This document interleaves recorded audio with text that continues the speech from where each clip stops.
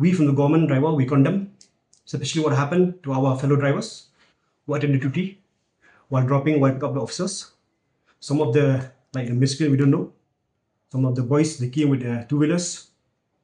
They just attacked the vehicle without no giving the warning also, like ask the driver to get down from the vehicle. Just directly attack the vehicle, especially to our drivers. Most of them, they are minor injured. And also yesterday we received so many complaint letters from our drivers. That's why we came here, just to give a message to our government also, to please do something, especially for us also, the government drivers, so that in future also, it won't affect the human life of the drivers also. Because we are doing our duty, we are giving our best, especially when we go and drop the officers, when we return back to the office alone. It really make all the drivers with a fear. Why? Because yesterday what happened, I think we all witnessed through social media.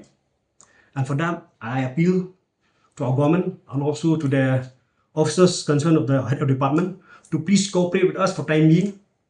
For now, we would like to use the private vehicle of the officers to attend the duty, and also for time being, we will stop using the government vehicle.